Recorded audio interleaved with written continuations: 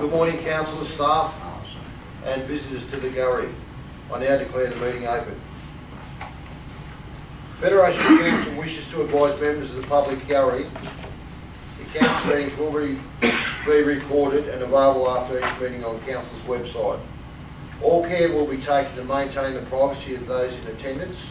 However, as a visitor in the public gallery, your presence may be recorded. By remaining in the gallery, it is assumed your consent is given in the event your image is broadcast. This includes any filming by television cameras if attendance is approved by the General Manager or Mayor. I'd like to acknowledge the traditional custodians of the land on which we are meeting today, the Bangarang people, and acknowledge the Aboriginal and Torres Strait Islander people who now reside in this area. I extend that respect to elders past and present of the Bangarang Nations. I'll now call for any apologies. I don't think we have any apologies today, all present. Thank you. Applications for leave of absence to be none. Confirmation of minutes for the last meeting, please, held on the 16th of July 2019. Can we have a mover, please? Moved by Councillor Meagle, seconded by Councillor Longley. All in favour? Against? Carried. Disclosures of interest. Thanks, Mr. Mayor. There's one in the business paper where I've lodged a non-pecuniary, non-significant interest in report 10.2 on the Arena heavy vehicle bypass investigation. I've got one here from Councillor Bronwyn Thomas for report 9.4, which is development application 2019-104. So Councillor Thomas and myself. Got one here from Councillor Bertha Mayor in report 10.2, heavy vehicle bypass Arena, non-significant, non-pecuniary, and also a Councillor David Longley for item 10.3, tender assessment report 19/47 for the Kaiwong Howlong Road intersection, pecuniary interest. So I'll table those. Thank you. Could I have a move, please? Moved by Councillor Law, seconded by Councillor Whitechurch. All in favour? Aye. Against? Carried. Okay, councillors, I'll bring forward item number 9.4. We have a speaker, Miss Hannah Kerr, in relation to the Oakland's city of, she's the secretary of the CWA at Oakland branch, and she's representing herself and other members. Thank you, Mrs. Kerr. Where would you like me? Would you like to come to the front? Prefer to do so, yes. People's backs. Good morning, everyone. Good morning. It's a bit of a squeeze, isn't it? 4 minutes for a big story. Very briefly, the building we're talking about has got quite a prominent mention in our Oakland's history. I've had a look at the working papers, the report to the development application, and there's quite a few things that I don't agree with whatsoever. Looking at that report, first comment, to encourage, these are some of the objectives. Encourage development that complements and enhances the built environment, has minimal impact upon the existing amenity. Well, I don't think I'd actually agree with that, because I think when that building's gone, it'll have a really significant impact on the amenity. There's quite a few other things in that report. The draft circular, the heritage circular, which was put together and has not been adopted by council at any time. I'd also like to mention, well, maybe it's not been adopted, but there hasn't been any consultation about it either. And the circular identifies the proposed building as being part of the Oakland's Village Centre historic area. I think that says it in a nutshell. So when you go through the items on that report, which I'm sure most of you have looked at and read, there's certain criteria that they lack. And some of the comments I just wanted to comment on. One, the building has no importance in the course or pattern of New South Wales cultural history. How can that possibly be? It's a building that's 100 years old, and it's a significant building to Oakland's and to Oakland's members of the community. How could that possibly not be of any importance historically? It just fascinates me. Comment again, the building has some local significance to the people of blah, blah, blah, has minimal heritage value other than 2 past community groups. Well, that's absolutely not true. CWA operated out of that building for 21 years. We just celebrated our 70th birthday. We operated out of that building for 21 years before we built our own rooms. I'm 66 now, so from the time I began school, I marched every Anzac Day with the other school children to represent my father and my mother, who both served for this country, and that's a pretty emotional place to go. I'm sorry. So, also, not only the Anzac thing, TAFE had sewing lessons there for many years. Of course, the sub-branch took over the building and the Ladies Auxiliary worked out of there for many, many years. And the young farmers also. There were many, many uses for that building, so I think that's a quite simplistic statement. There's quite a few things in there. The building has minimal special association for the community vote points. I just find that mind-boggling. Yeah, there's just a lot of things in there that I don't agree with. Getting back to Peter Kabala's report, suitability, the comment, there's no significant value. The suitability of the site. You'll see in Peter Kabala's report, who's your heritage advisor, who's been employed for some time by the previous Urana Council and now by the Federation Council. He talks about the significant ambience of that building sitting on that location. And when that building's gone and replaced by some little tiny pergola, it's just going to look more like a wasteland than it does now. Because that plan was never adopted, that site's had a lot of not very nice things happen to it recently. And it's interesting that there's been absolutely no vandalism to that building until there were plans to knock it down. Now, mysteriously, you know, a piece falls off the wall and then it's back, and these sort of shenanigans are going on. But I really just want to, what CWA would like to see happen is that you just don't make a decision today, that it be deferred, that some proper consultation be taken, and hopefully with the people, there's numerous widows there of war veterans and families of etc. And they're just sitting at home crying because nobody's asking them anything. And I just think that's obscene. There's no right way to do a wrong thing, and I think we could correct it pretty easily if we have a meeting and the consensus is that there's more there that are happy to take the building down, well enough. But I just think it's incredibly sad that none of the people that are really emotionally attached to that building, including myself a little bit, are just not being heard. And that's all I'm asking you for today, is that you simply put a stay of execution and we'll see what comes after that. But just a small thing, if we have some consultation, it needs to be in a daytime time frame where people are not, elderly people of 80 are not getting in the car to drive somewhere to have the same thing. Is that my final bill? You comfortable with it? Thank you, Mrs. Kerr. That's pretty much it. Very informing, and it's always nice to hear both sides of the situation. So and I just hope that maybe the councillors correct our submission.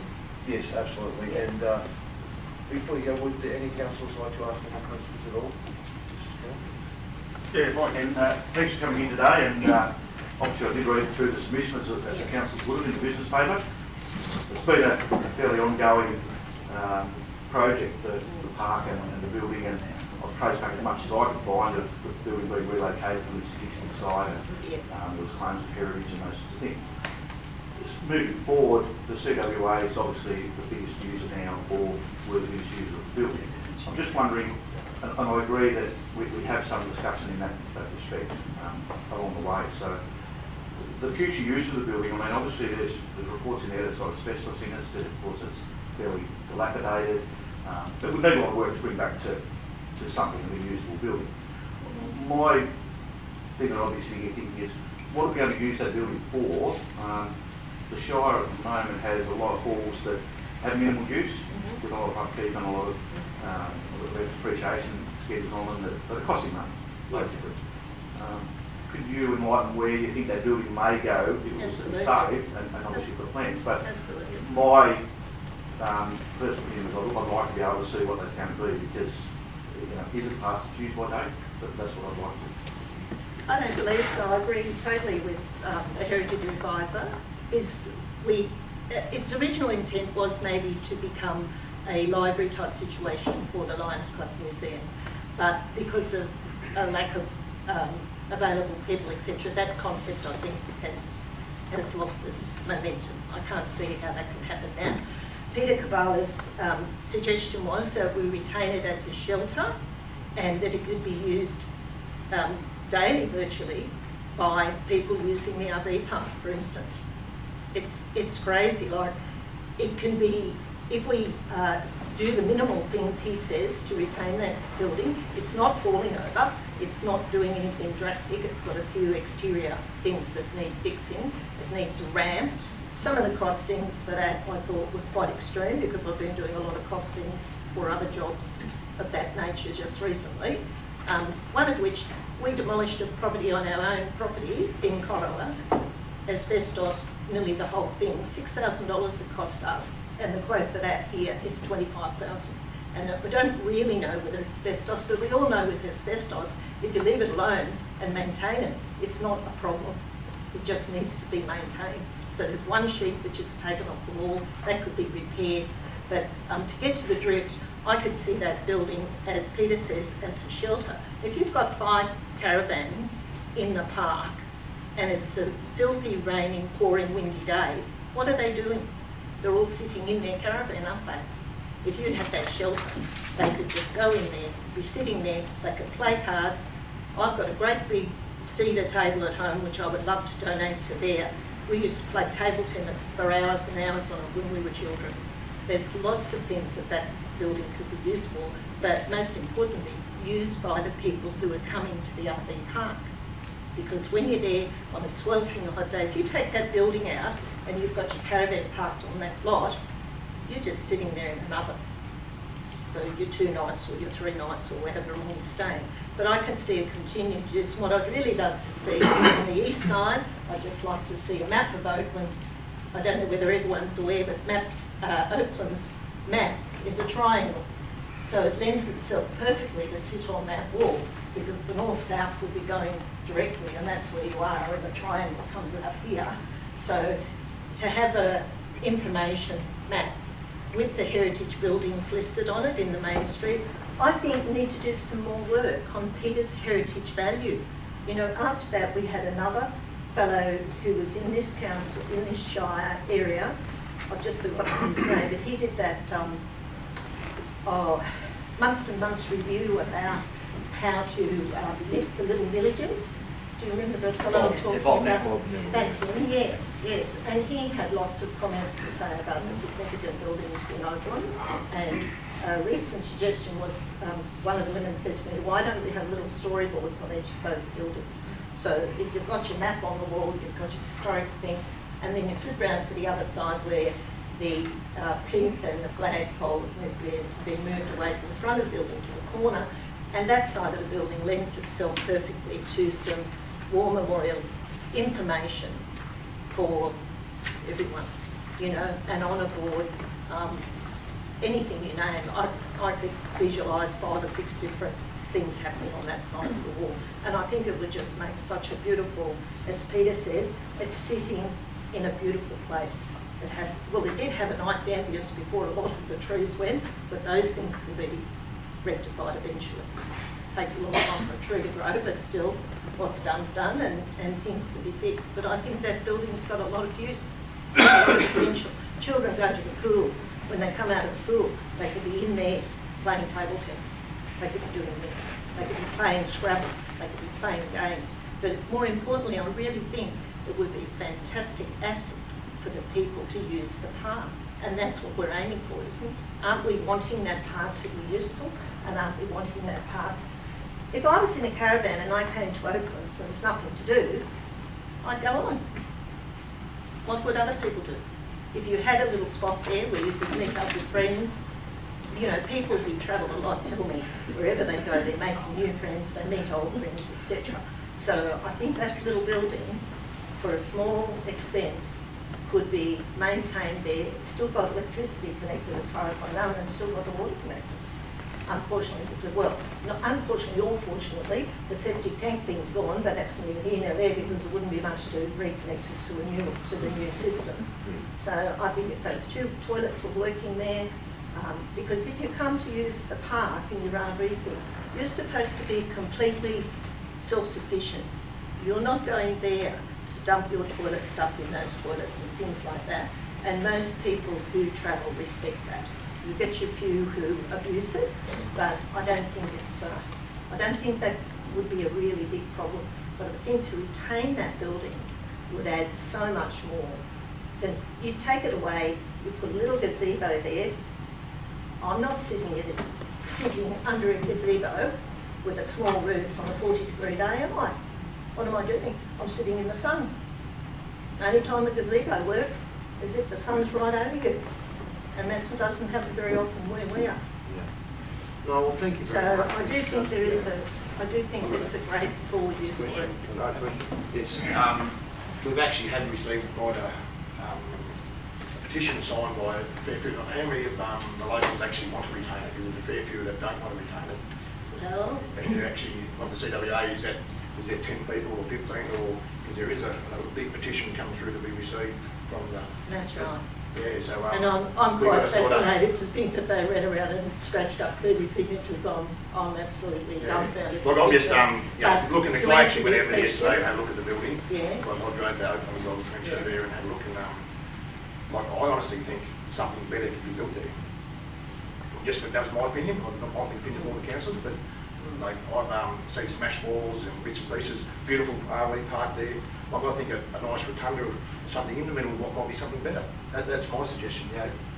I think a rotunda would be really pretty, but I honestly think we've got a rotunda in the main park there.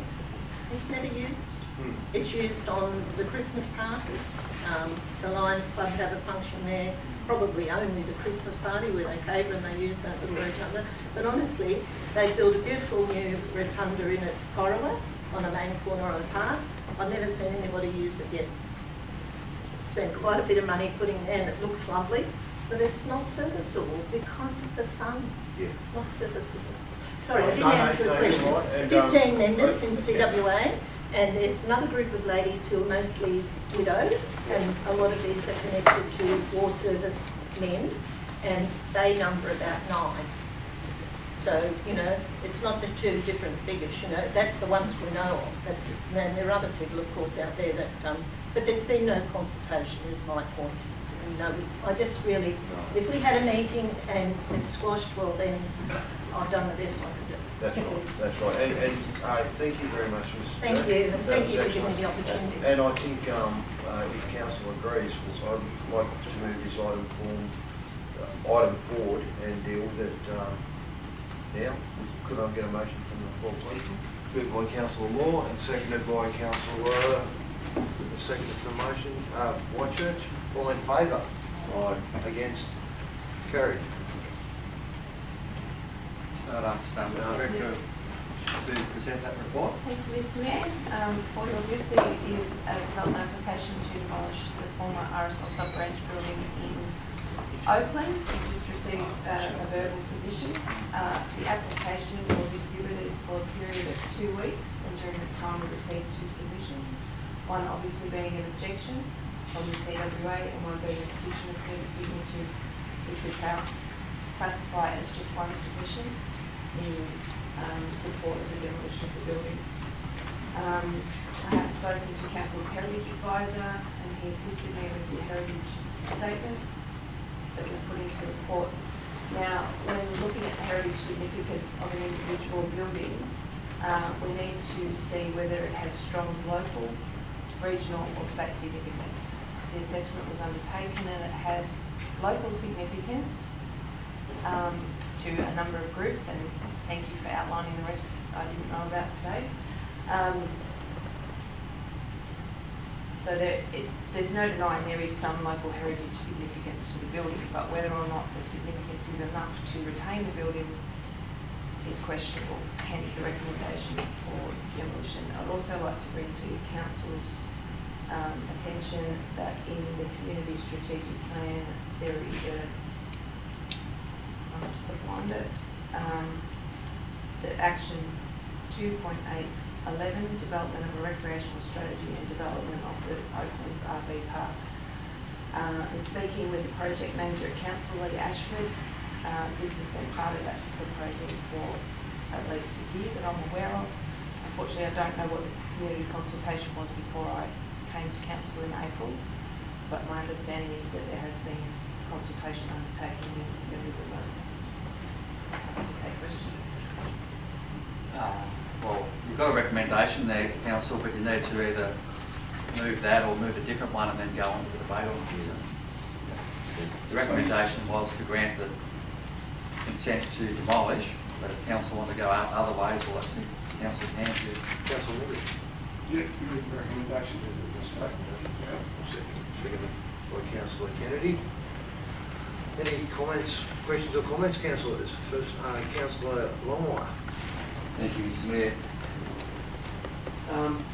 Taking into account the passion that's been delivered with the presentation, can we not concur in an opportunity to go forward to suspend the motion and go forward and give the chance or reprieve for a meeting, whichever way that perhaps could happen that way? I'd ask the question, is that an opportunity for the councillors to comment on? Oh, it's definitely an opportunity there, Councillor Longmire, for sure, and that may be waived an amendment or a vote against the original recommendation. Councillor Watcher? Yeah, thank you, Mr Mayor. In light of the recommendation and Councillor Neagle's motion to proceed with the recommendation, I think there's been a hell of a lot of work done by council staff and our new directors that have had to pick up the ball and take this. It's been a very long project and probably drawn out for a hell of a long time. It probably shouldn't have. And I think the RV park on itself went and had a look at the RV park a couple of weeks ago, and I think it's great. There was a couple of vans in there. I tend to agree with Councillor Longmire. It's been going that long. To Councillor Neagle, would it be acceptable to defer it for 1 month and discuss with the CDRA or a public consultation? But I'd still like to see if that public consultation doesn't stand up, that the recommendation goes as is. I don't believe Councillor Kennedy's in the building game. If it's substituted by date and it's simply not going to fit, I can't support that we keep it. But there's a lot of reasons too, in light of what Councillor Longmire said, and if the movement sector are happy to defer it, I'd be happy to look at that too, Mr Mayor. Councillor Neagle, would you consider retracting and move to defer the recommendation? Thank you, Mr Mayor. In two minds. First, the public consultation has taken place. People made their submissions. I think the only question perhaps in that regard is whether or not there was sufficient time for everybody to make their submission if there was only a 2-week period for comments to be made. That's probably the only thing. Other than that, there's 30 people that have said that it's that they're happy for it to go. I take on board the presentation that was made and certainly the emotional significance that it has. But there's a difference between emotional significance and whether or not it still fits part of the time going forward. Acknowledge all the people that served and the attachment to that. It is more, I see, symbolic of nature in terms of the emotion than the practical side. Whilst there has been some practical suggestions made, that could be achieved by other methods. If we're probably looking at an extension period, I'd like to put a finite time on it so we don't draw it out too far. Ms Appleyard might give me a time frame of what she thinks would be acceptable to council to be able to conduct that and move on and get a determination. Yep. A month, 2 months? 2 years to me. We could probably do it in the month, so we have a report back to the next council meeting. So Yeah. if we arranged a meeting for next week during the day so that people can come and discuss. Yeah. Thank you, Ms Appleyard. Through you, Ms Mayor, I'd like to not drag this out any longer than it has been. As Councillor Whitechair said, it's been going on for a long time. I'm happy to do it as no long, defer motion for a month until the next council meeting. Okay, thank you, Councillor Neal. Councillor Law. I've been out to Oaklands a few times, but for those of us who don't live in Oaklands, we don't realise the emotional significance to some of the places there. It doesn't look that flash to me, but Ms Kerr has said that there's a lot of opportunity for it, and I think we should look at that carefully. I think we should, maybe as councillors, go out to a consultation out there and listen to the people of Oaklands and see what they feel about it. Oaklands is not represented on council, and I think it's important that we show that we do care about them and we care about how they feel, and I'm all for deferring it and having a proper consultation with the councillors and the people of Oaklands. Thank you, Councillor Law. I might just add, just on the really good point that Heather made, Ms Kerr made on the timing of the consultation, if we do go forward and have some sort of meeting out there, because there's been calls all along for a public meeting and we can all get there and decide there and then, but that doesn't work for us because not everyone's going to speak up in a meeting, etc. And until the DA is before council, that all those previous calls for having public votes on things don't carry one bit of weight around the development process. So, but just wanted to mention that whilst the daytime meeting might suit, retired people and others, there's also a bunch of others that will probably be driving trucks and doing other things. So we need to either have a couple of meetings or come to an agreement where what is the public meeting look like while we have this 2 or 3 week period, because whilst it might be pleasing one group and that suits them to have it in the daytime, there could be others that would rather at night when they're finished working. So I just wanted to flag that. We can sort that through, but it's just I just thought I'd put that out there. Councillor Whitechair. Yeah, Mr Mayor, in light of the discussion, and thank Councillor Neal for taking some consideration into the motion, I think I'd just like to, in bringing up that deferral, just mention to probably Ms Kerr and if she could relay back to the committee. I guess you mentioned it yourself that it's a lifeline for the hall. I think from my reading of the history of the hall, there was a lot of RSL memorabilia in there was a lot of other memorabilia which I believe has been saved and retained. Could perhaps discussion happen with your committee as to what would happen if it was passed and it was demolished? Because as it stands at the moment, everybody sees it as a pretty derelict type building that's only got personal attachments and local history, as Ms Abigail suggested.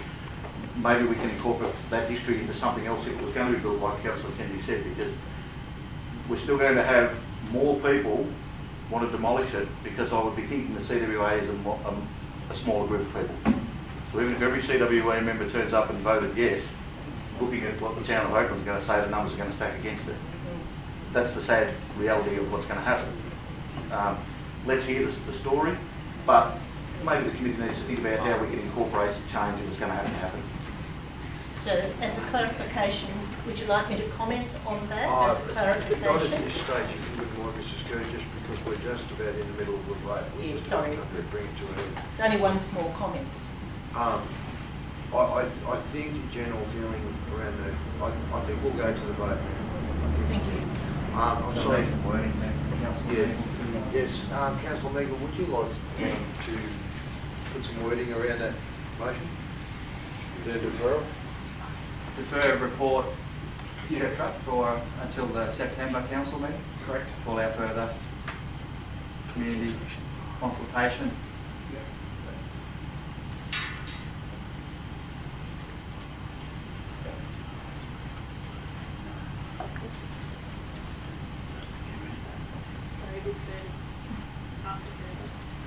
To allow further public consultation.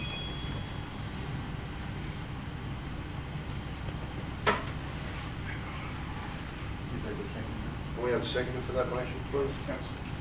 Seconded by Councillor Law.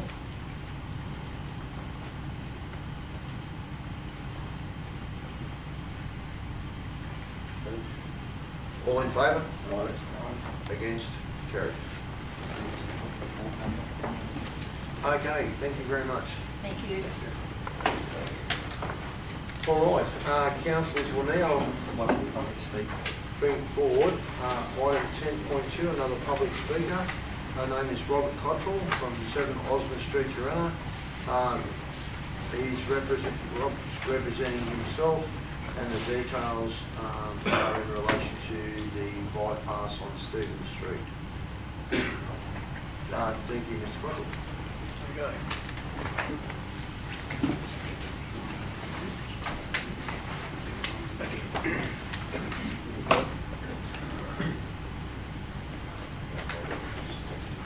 Okay, so young councillors, thanks for allowing me to talk. I greatly appreciate it. It's unfortunate that I'm here. I really am conflicted in a lot of ways. I have a peculiar interest in the situation. I don't like decisions that are made carelessly or on knee-jerk reactions. I also appreciate Mr. Butler's situation with his peculiar interest. I find it interesting that we're in a situation now where it's declared and there seems to be some things stacked in a particular way. We'll just go through this here for a second if you don't mind. And I know I've got limited time, so I'll try and be brief and not take up too much of your time. The General Manager is conflicted, and it seems that he's done everything in his power to push this through. And I respect his goal, but I don't respect the process.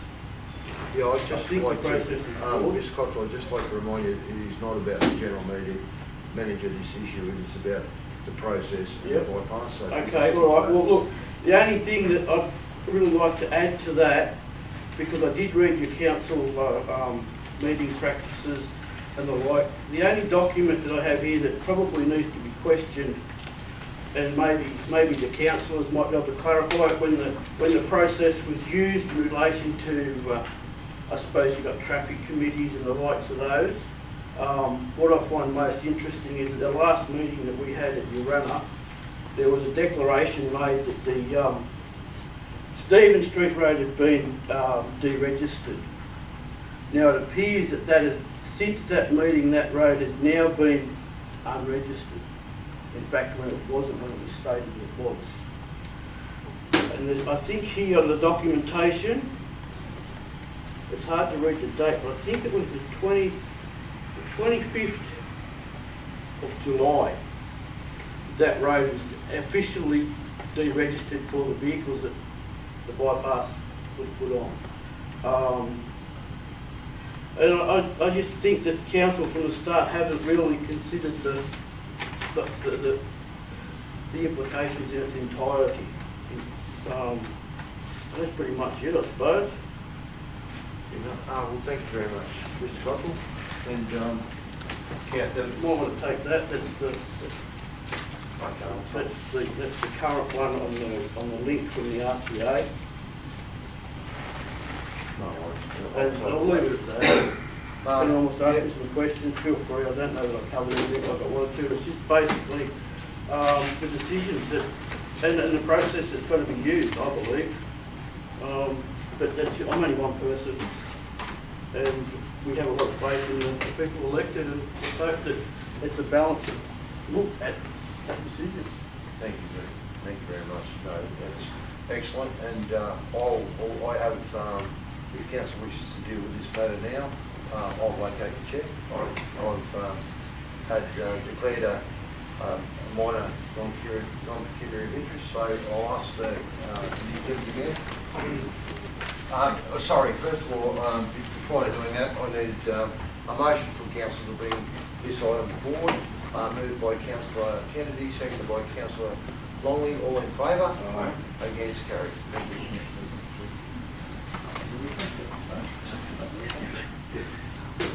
Are you guys finished with me? Or? Oh, sorry, no, I've got to ask council to deal with it. All right. So that people don't have to wait all day. Yeah. Thank you, councillors. I'll just flick through to paperwork. The 10.2 has got the investigation into possible heavy vehicle bypass at Urana. We've got a history there from March 2016 from the Urana Council. We'll go through, we've got a report from Mr. Steve Carmichael. Steve, do you want to elaborate on your report before we go into... Thank you, Mr. Mayor, or Acting Mayor, or Deputy Mayor, which is a title you wish to go under. Yeah, what I've tried to do was to just basically do an update on where we were. Obviously, we had the following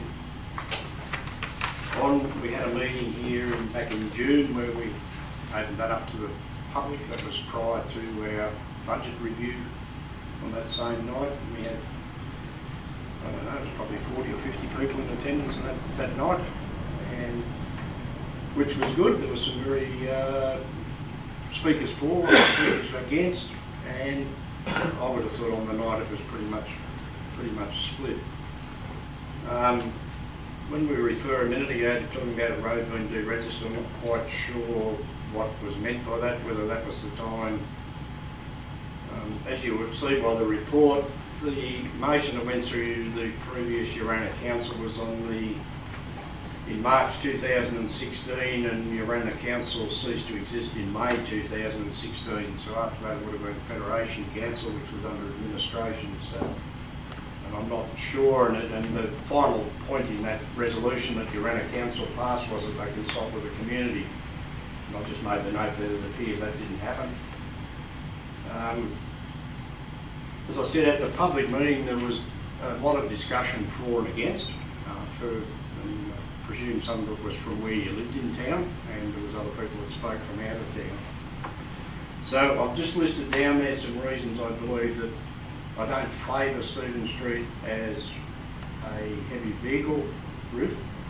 That does not preclude local traffic still going to the silos if the silos are operational. My understanding is that they're not at the present time, but that doesn't mean that they may not be in the future. So it is restricted at the moment by a restriction on the length, not on the weight of the vehicle. So the length restriction is 15 metres. It's also interesting, if you go down to the diagram, which is down a bit further, that one there, you'll see there's three little yellow dots on there, which are where we have taken traffic counts, and these last counts were done in 2018. It's quite interesting to note, and there's you'll see there's 4 lines with each one of them, which may not be very easy to see for a lot of people, but the vehicles coming from the north are around 430. And one of these it's only 308, but the current ones we're getting are around 400, 430. It's also interesting that in William Street the 85 percentile speed is 55 kilometres an hour, which means that 85% of the traffic average is 55 kilometres an hour. I haven't got the breakup of heavy to, oh I do have, sorry, the heavy vehicle ratio there is 43% on that particular thing. The other thing you need to consider is that the vehicles that are coming in from the Drury Road or MR59 going out to the west, there's currently more vehicles coming on that road than there is coming on the north-south road. And you have traffic counts there of 498 with a heavy vehicle of 48%. And the alarming bit, because the traffic counter was this side of the bridge right at the 50k zone, is that the 85 percentile speed there is 118. And again, that is an issue that we will be addressing with where the 50 kilometre zone are located, with certainly some food for thought. The other one is that around on Stephen Street, which is an 80k zone, the 85 percentile there is 90 k's an hour, which is pretty much for par. And people tend to believe that when a sign goes up which says 80, that means you can do 90 in New South Wales, or vice versa. And Council of Wales can probably back me with those figures from past experience.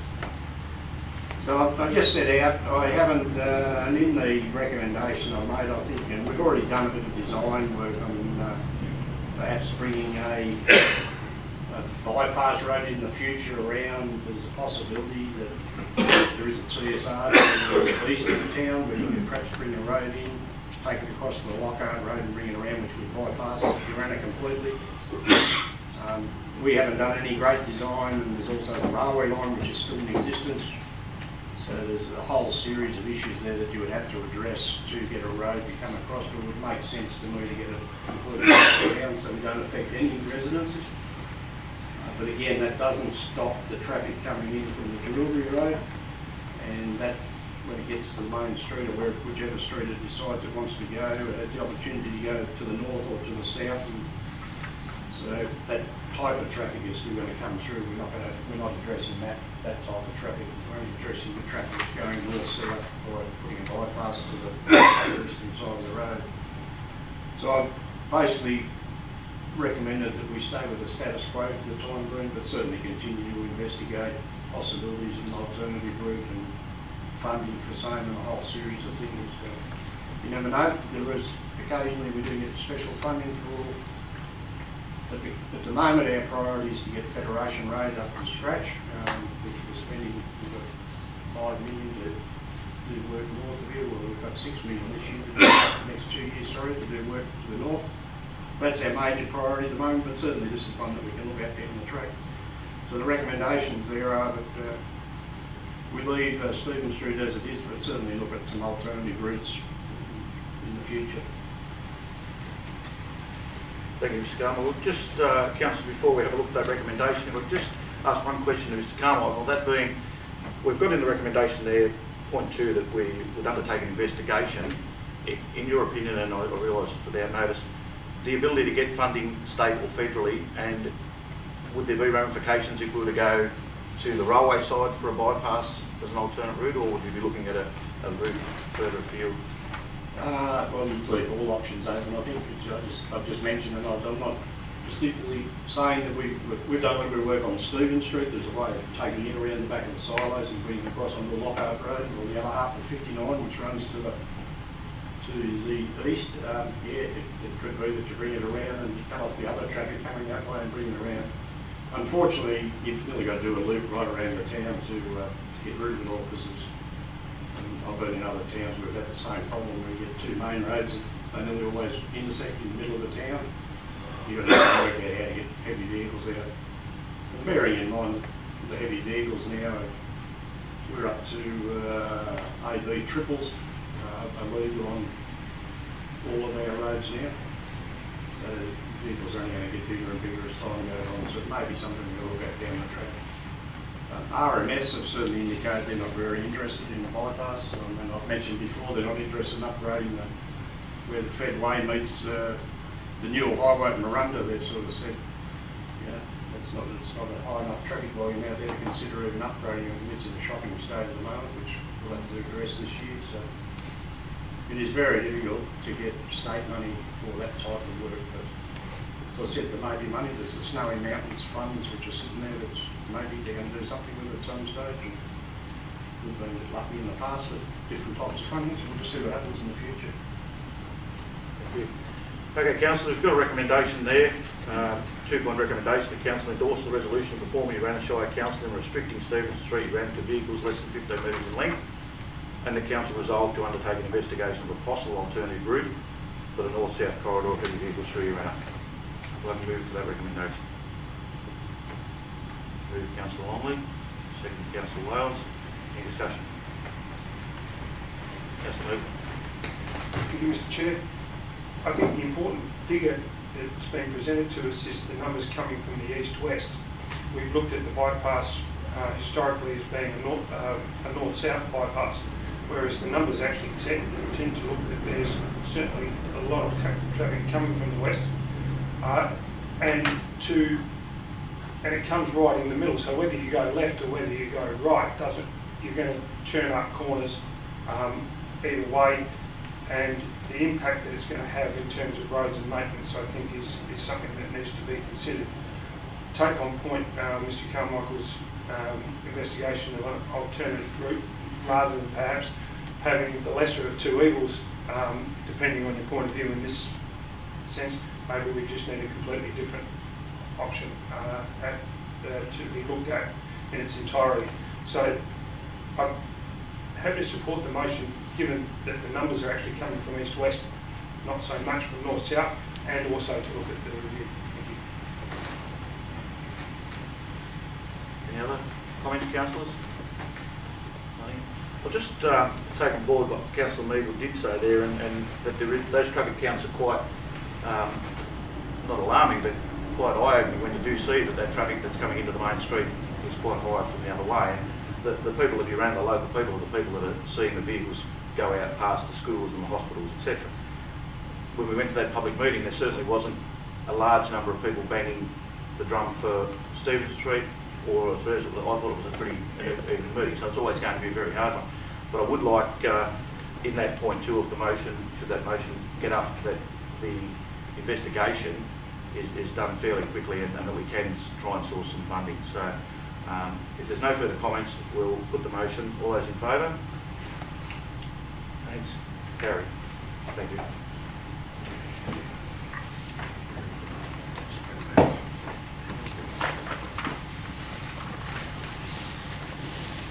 That's unique.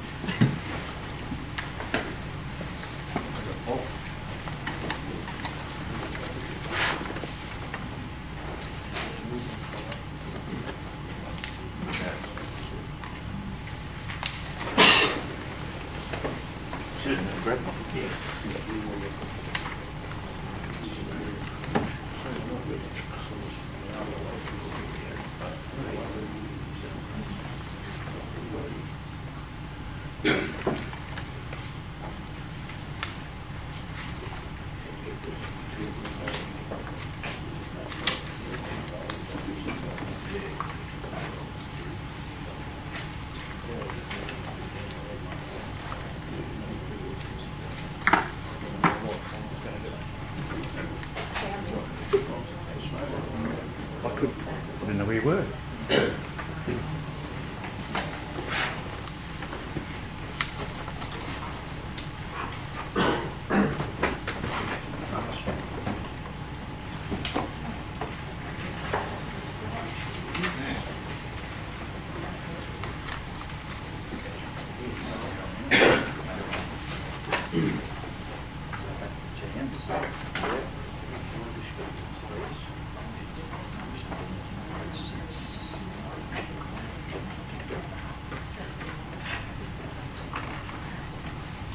Okay, thank you to the Deputy Mayor for taking the chair. We'll now move on to the General Manager's report, item number 7. Thanks, Council. 7.1 is the Council seal policy. So this is a report recommending that Council adopt a revised use of the Council seal policy.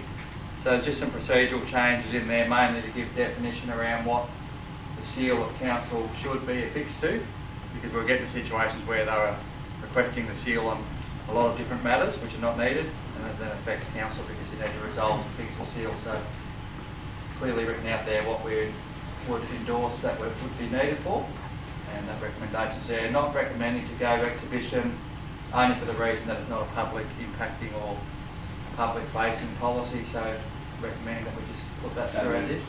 Moved by Councillor Longmire, seconded by Councillor Neagle. Any questions or comments? If not, I'll put it. All in favour? Against? Carried. 7.2, Council, is a report to finalise the motions for the LG New South Wales annual conference coming up October this year. So the Council went through these in July, and we just put a bit more definition around some of those statewide priorities that Council would like to push through on an advocacy point of view. So the recommendation is there on page 12 to note the report and to endorse those motions that have been submitted yesterday, because that was cut off, and the Council had endorsed all those at the July meeting. So Moved by Councillor Whitchurch, seconded by Councillor Law. Any questions or comments? If not, I'll put it. All in favour? Against? Carried. 7.3 is the Arena Caravan Park Master Plan and Business Plan proposal, including the Arena Aquatic Centre and the J.M. Smith Nature Reserve.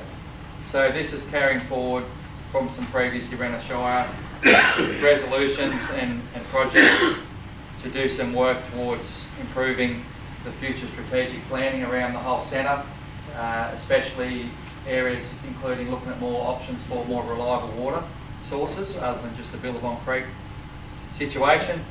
So I'm just going to request an amendment to the recommendation that is there, because there is an centre reserve of around about 170,000 that Urena Shire had, and it's still come through as Federation as an internally restricted cash reserve.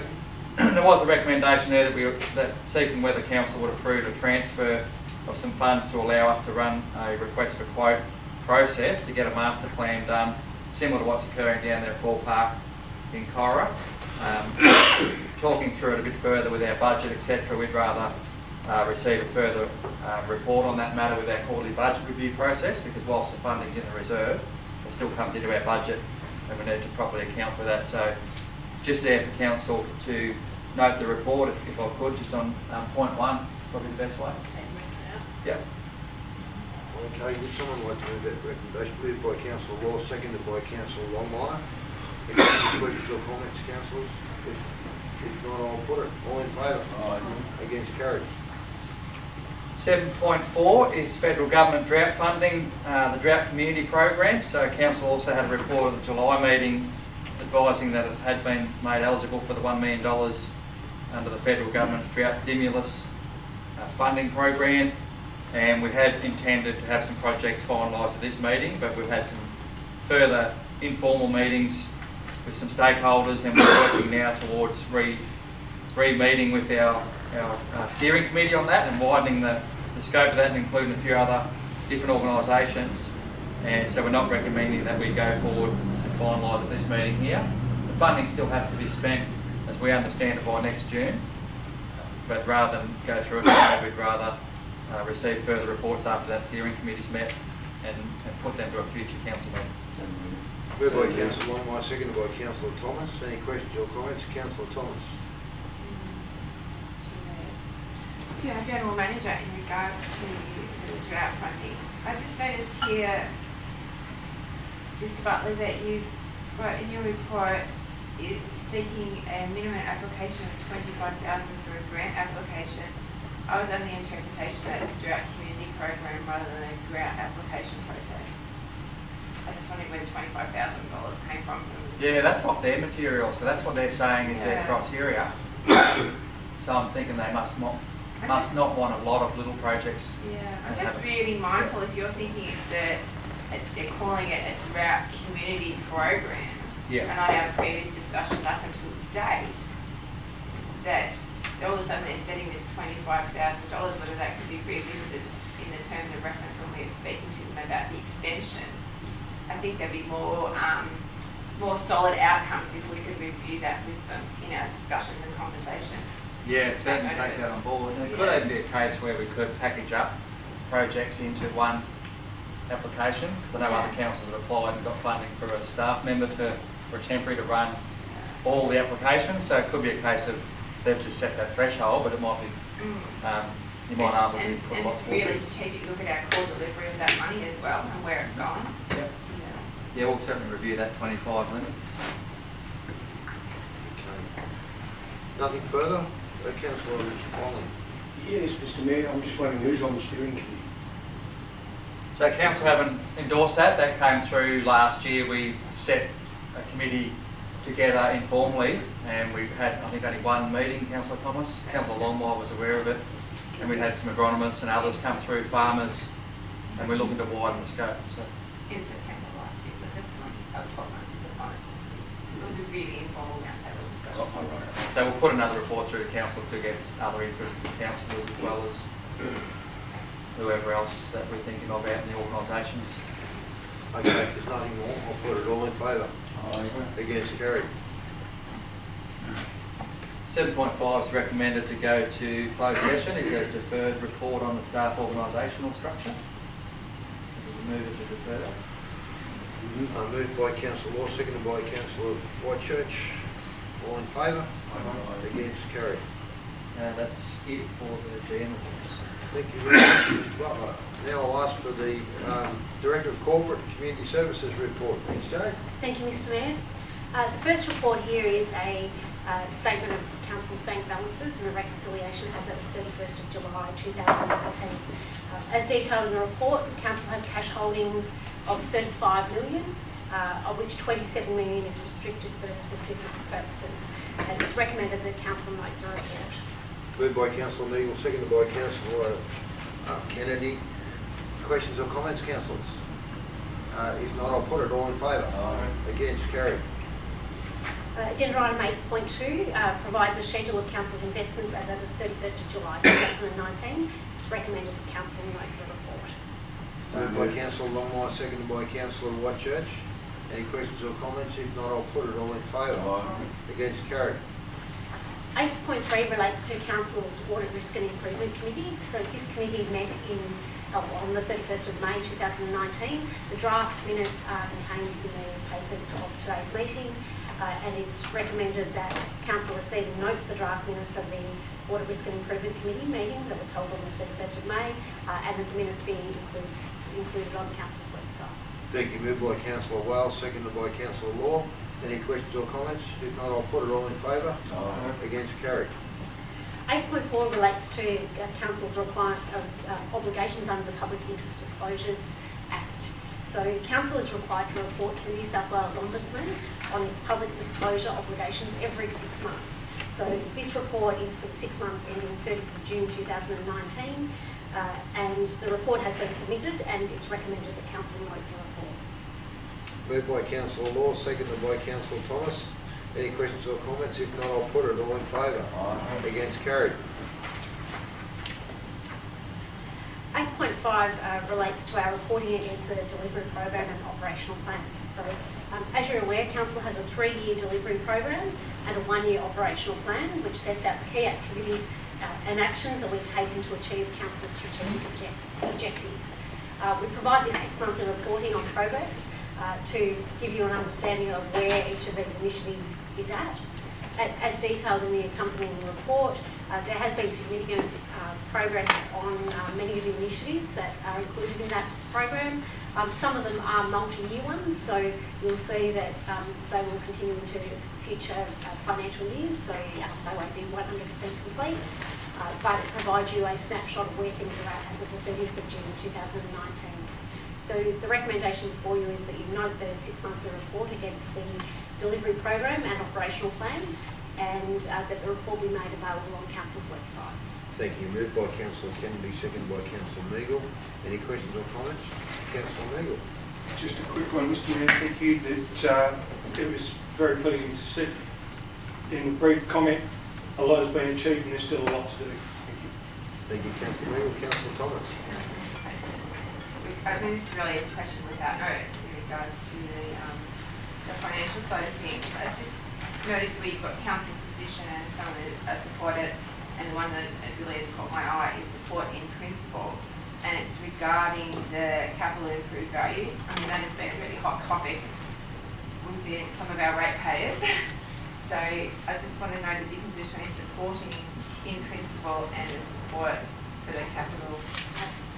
Excuse me, Councillor Thomas, that one actually relates to the agenda item further up.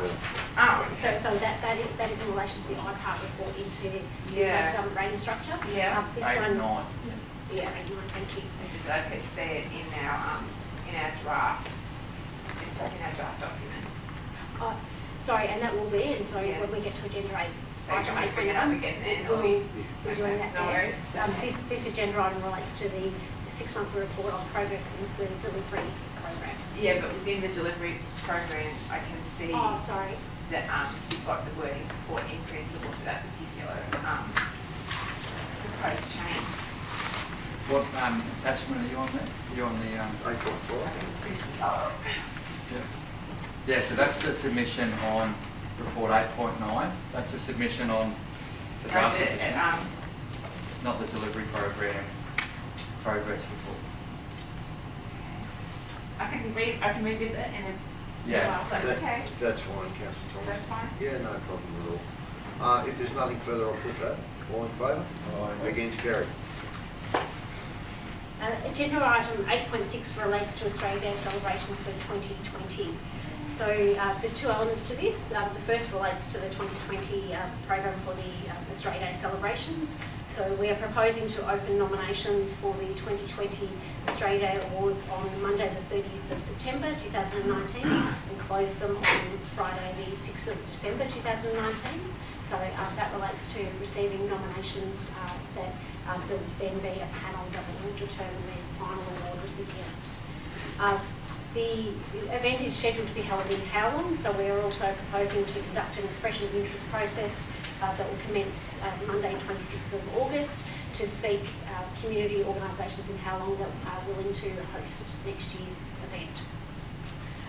In addition to that, we need to establish our judging panel for the award, consideration of the award nominations, and we are seeking 4 councillors to be included on that judging panel. So the recommendation is that 4 councillors be nominated and included in the recommendation there before you. So that's the first element of it. The second element of it relates to future Australia Day celebrations and where those celebrations are actually held. So council has had a practice of rotating the celebration between Urannah, Corowa, Mulwala and Howlong. So Howlong is obviously scheduled for 2020. So we're proposing to continue with that rotation for the years 2021 through to 2024 based on Urannah, Corowa, Mulwala and Howlong. So that is the recommendation before you today. I'll move that recommendation. I'll get a mover, please. Moved by Councillor Wells, seconded by Councillor Law. Questions or comments? Thank you, Councillor Thomas. I was actually privileged to be part of the process this last in 2019 and sit on a committee as the nominees came in, which was really exciting. I just really need to think that we need to put some strategies in place to actually increase our nominees and how we get those through the door. And I'm sure my fellow councillors, would you agree, Councillor Longley and Councillor Wales, that it was lovely to get the recipients that we got, but I don't think we're actually covering the whole of our shire and getting the word out there that we'd really love to hear from lots of community groups, lots of individuals, lots of local achievers. Because unfortunately, when you do look into the crunch of the numbers, we've only got 1 or 2 applications, if any, for some of those categories. So we really need to do a really good push, either through our media or, all of us need to go big eye out and talking to our own communities and saying, this is your opportunity to be recognised. Yes. Happy to take that on board, Councillor Thomas, and we'll get something in place for that. Councillor Wales. Yeah, very wise comments made by Councillor Thomas, because we do need more nominees to come because they're very important awards season. And I was part of the last one, and I'd like to put my name down again this year to help him give his voice. Yes, okay, we might as well deal with that now. Oh, sorry, we'll jump the gun, don't No, you haven't at all. And I'm guessing that Councillor Thomas would like to be part of that. Any other I'm councillors? happy to swap if someone else wants to have it. Happy to. I don't think too many will be a problem. Councillor Longley, we've got 3 there, so would any other councillors like to be part of that selection committee for Australia Day? We can leave a gap there because I'm sure someone will come forward. Councillor Kennedy, so we've got 4. Is that maximum number, or is it someone was keen they could come forward and speak to whoever? I'm sure there's an extra councillor. Excellent. Oh, that sounds good. Just to comment, to flush out some of the other comments in that recommendation was, do we keep rotating the same way that it has, was one comment.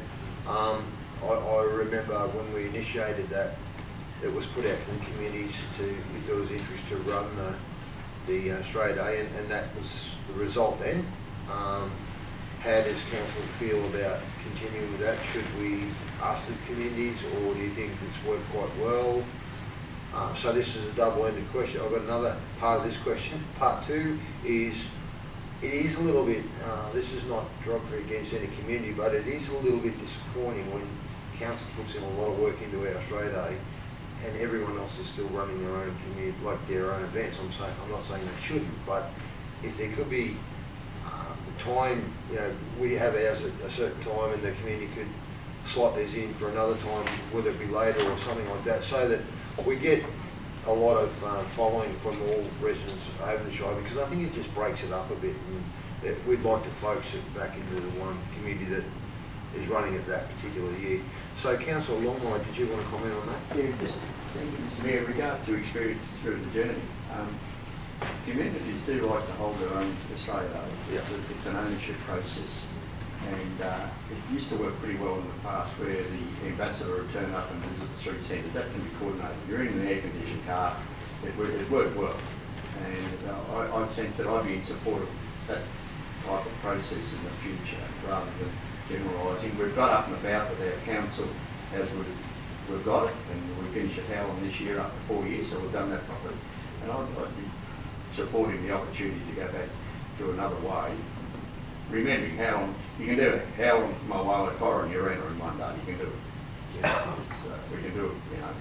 So that's something of consideration also. So just off that, are you suggesting that council doesn't have that routine place each year, and it's just open to all communities to do their own thing, or?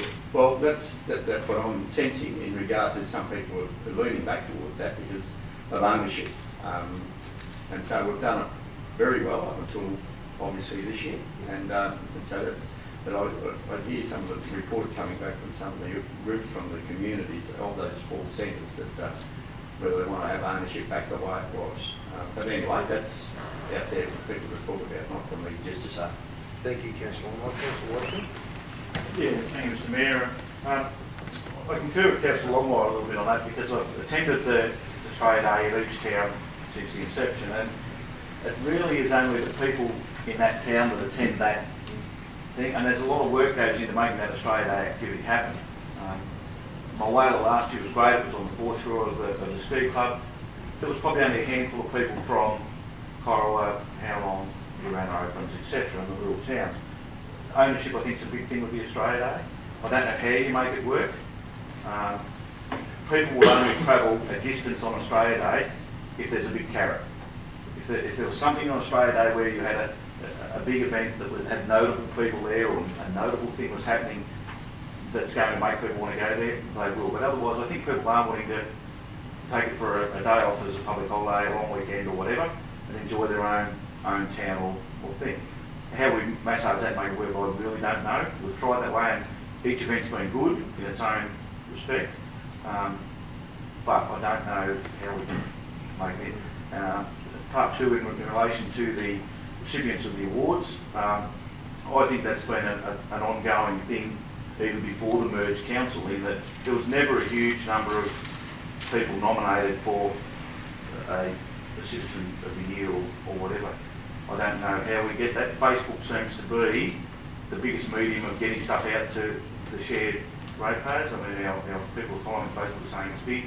Maybe we've got to do just a little campaign on each category and hit those target markets. But I don't know. Yeah, with Council Longmire, I'm just not sure. It's good to have it in the centre, but I think that each town's still going to continue to have their own event. Just a comment on that. So if we did go back to everyone doing their own thing, I wonder how council would act from their perspective as far as awards, etc. Because obviously council's not going to be able to be part of everyone's community Australia Day. How do we roll out that, or does each community do their own thing that way? Any comments there? Councillor Law. Ideally, I like one big one, but everybody is parochial to their own little patch. How we could do it is really hard.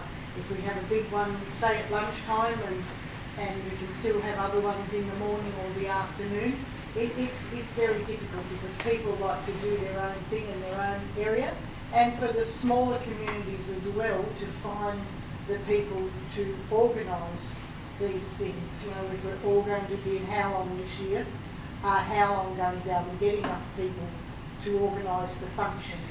That's also a problem. But I do ideally like one big one, but people are parochial. Was there any further comments from councillors? Councillor Long? Councillor Law's comments. I think we are a community, Federation community. I think we want one Australia Day. Not every town's going to have one that becomes Corowa's little communities and one community, the way I see it. I'm also concerned that we've got Urana, but what about the other villages, Oaklands, Grand? Are they entitled to be part of this event as well, or the rotation process? Yeah, we investigated all those communities when we started the first, and to see what interest was there, and all those villages and towns said they were happy to have. Urana was one that put their hand up, but none of the others did. Just a big job, and I guess they were looking at probably bigger centres too. But anyway, the scene set for this year, the Federation Council is having their how long one, but it's certainly good to have a conversation as to see what happens in the future. So I suppose we don't have to deal with that today, but because of how long, but I would encourage any other communities that are having one to try and keep it separate from the Federation Council one. It'll be the last one on that tour. So if we can get as many there be involved, the better. Councillor Miles. You see, yeah, I support having one for our show, like one big one, but we just need to be a carrot. We had Mr. Turby here one year, he was pretty good for all that, but like it's our show, like one big event for our show, just need to be a carrot and try and get people to come. Yeah, for sure. Yep. For sure. If there's nothing further, councillors, I'll put it. All in favour? Aye. Against? Carried. The next agenda item, 8.7, relates to Council's event sponsorship program. So Council has provided a budget of $15,000 in the 1920 budget to continue its event sponsorship program. We've recently received 3 applications for funding as detailed in the report from the Corolla Festival of Dance, the Yarrawonga Mulwala Sport Festival and the Marcus Fraser Golf Tournament.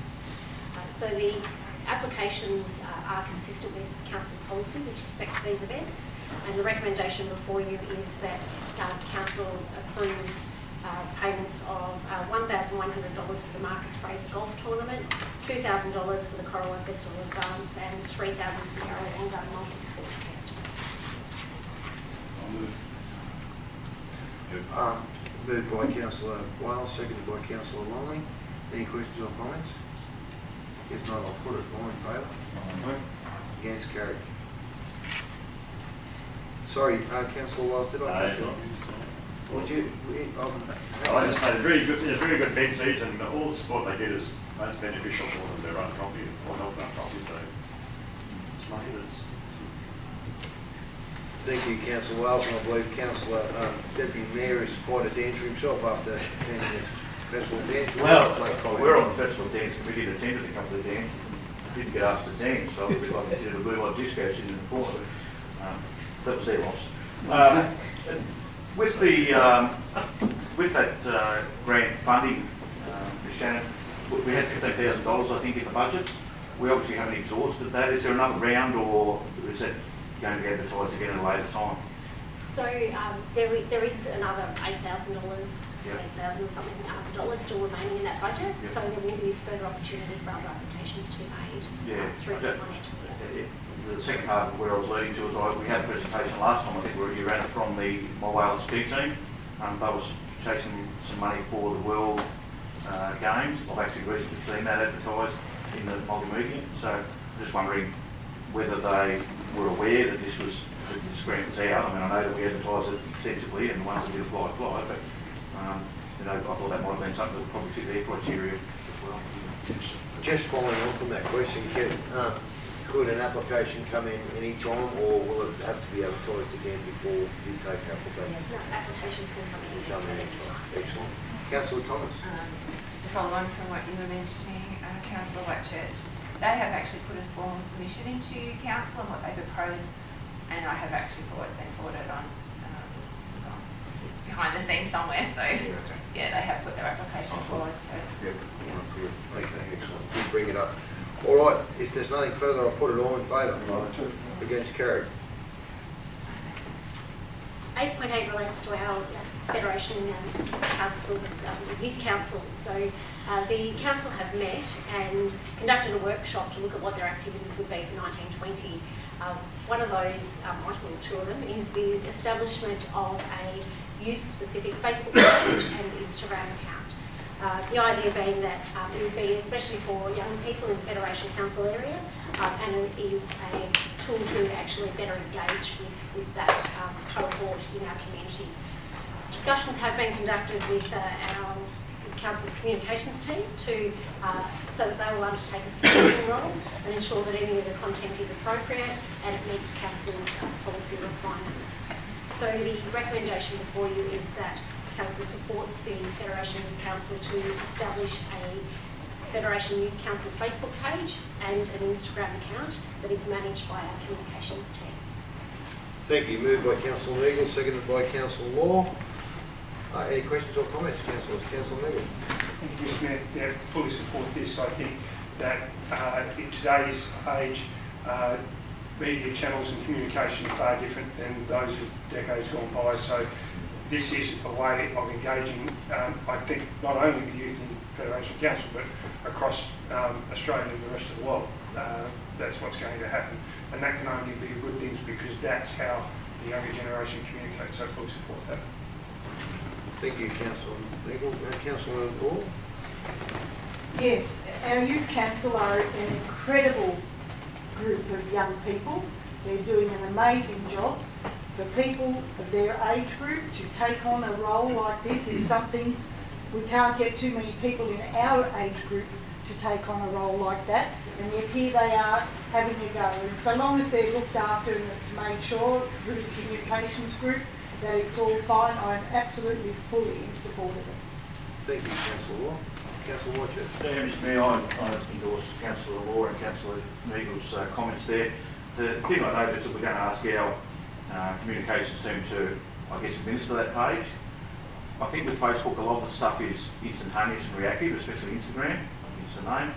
I'm just wondering that if we haven't got an administrator from the Youth Council that can put a post up, that the time frame to get that post happening might be a fair lag time between something happening on a weekend where they go and have a colour run, a fun run, where they would plaster their page with photos. That potentially may not come up on the Facebook page until Tuesday or Wednesday until it's approved by our communication team. Just thinking maybe, surely as youth councillors there, we give them the credibility of somebody there, be it the mayor, deputy, or someone that be administrator that can channel through so that stuff does happen when and as it happens.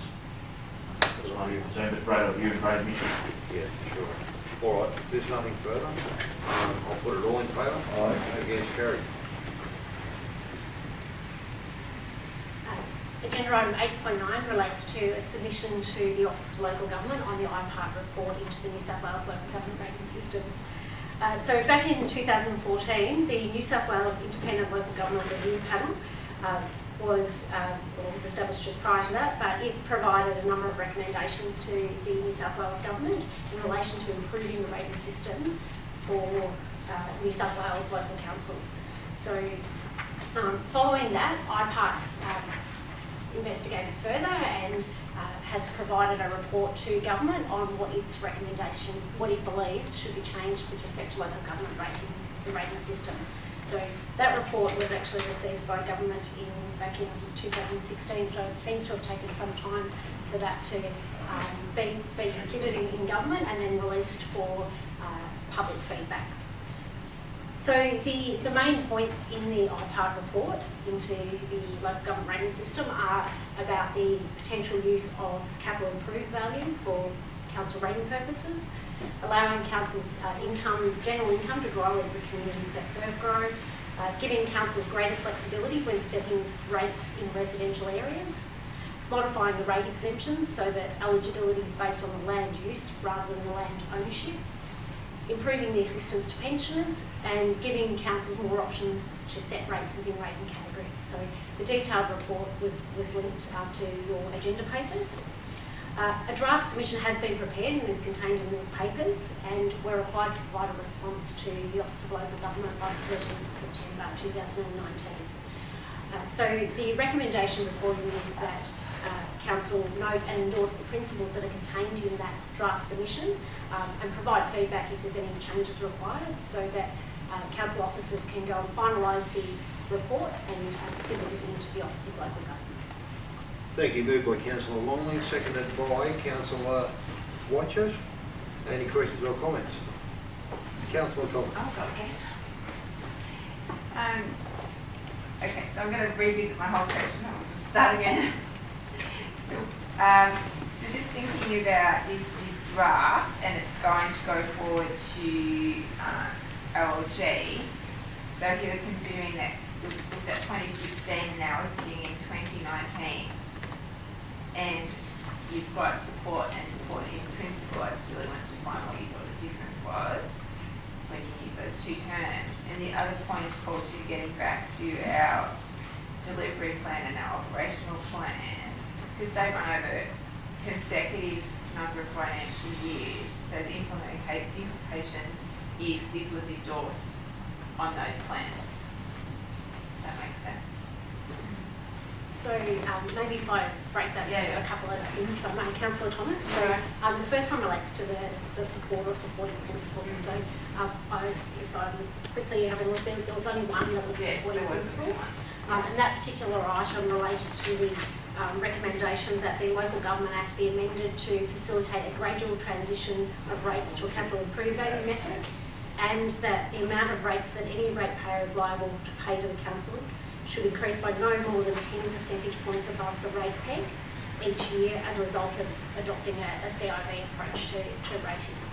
So the reason that one is support in principle is without doing the financial modelling, it's difficult to understand exactly what the impact would be on individual ratepayers. So whilst my recommendation is that we would support having the option of a capital improved value approach, putting in a 10% cap on any increases, it's difficult to understand what that actually means without setting what data behind it at an individual ratepayer level. So that's why that particular item is supporting principle. So with respect to the impact of this on the delivery program, so there are a significant number of recommendations here, and it's currently in a public exhibition process. So the New South Wales Government will be receiving this feedback and will then need to make some determinations about which things it will be proceeding with and which it will not be proceeding with. Following that, government will need to enact legislative change with these things in place. So there's going to be a considerable period of time before any of these changes can actually be made. By which time the delivery program will be subject to a review process, and any changes that are required there will be made at that particular point in time. Thank you. Councillor Miller.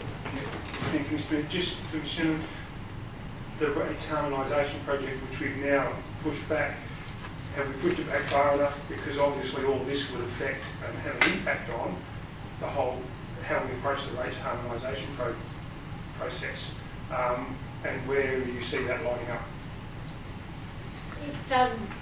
It will be interesting timing, Councillor Meagle, with respect to that. So the rates harmonisation project, we have the inception meeting later this week, and we are required to implement the new rating system by the 1st of July 2021. So there was a 12-month extension provided by the Minister.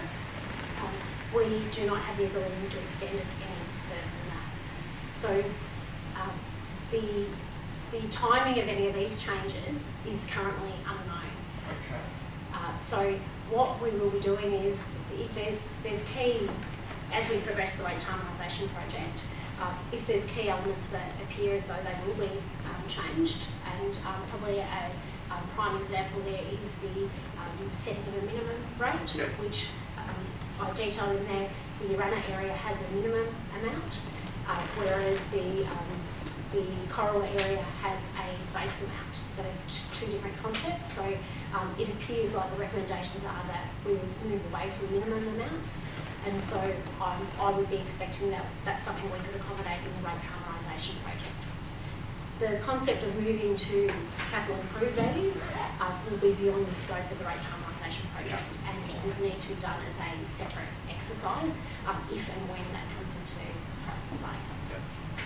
So I might just add, because it is a very important point, and thanks, Joe, for all that background too, because the OLG, the Office of Local Government, had a teleconference recently with all the GMs of the merged councils, metro and regional, and the discussion was it wasn't us that put the rates harmonisation back. The government deliberately made that decision to push them all back a year, but you can opt to go forward still and have them by 20, but no one would have been wanting to go out with a whole new rate system and then trying to get council elections and all those things done a few months later. So that was a decision the government really were all over as well.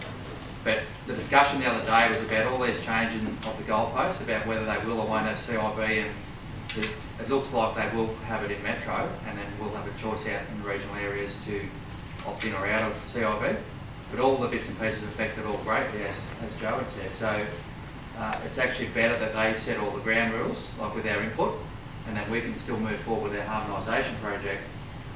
And then the long-term financial plan, because the merged councils that have gone out now already projected all their new assets through the next 10 years, which we're midway through, but they're showing some really big deficits out over the 10 years, and that's no surprise to anybody, even government. So the discussion the other day at the teleconference with the Office of Local Government there was, well, the councils, if they're going to go after all this is done and have a special rate increase, they'll just have to wear a few years of deficits, like operational deficits on depreciation, until all that's sort of settled out, and then you can actually ask government what changes they're going to make to improve rates before you have to hit your ratepayers with special increases. So it's broadly known, and it's one, I suppose, a good thing that Metro and Regional and government are all pretty well on the same sort of page. And I know the Minister's not going to want to hold back this because it's 4 years old now, this IPART report, so she's come in with a new impetus to get it through. So yeah, it's pretty timely, I think, that we've got our projects underway as well. All right, thank you. Is there any further comments or questions? If not, I'll put it all in favour. Against, carried.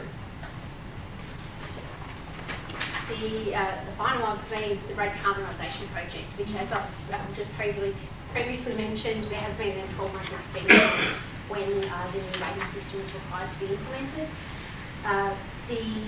We've conducted a request for quotation process and have appointed a consultant to lead this project. And the key elements of that are engagement with our community members to gain their input into what the future rating system should look like for the Federation Council area. They will be identifying a range of options that are available to Council to consider, and then provide a recommendation for Council to make a decision with respect to what the rating structure looks like from the 1st of July 2021. So the recommendation for you is that you note the update on this particular project. Moved by Councillor Law, seconded by Councillor Neagle. Any questions or comments? If not, I'll put it all in favour. Against, carried. And thank you very much, Joe, for that report. Councillors, would someone like to suspend standing orders? Move to suspend. Adjourn. Councillor, moved by Councillor Long, seconded by Councillor Law. All in favour? Against, carried. 42, councillors and members of the public.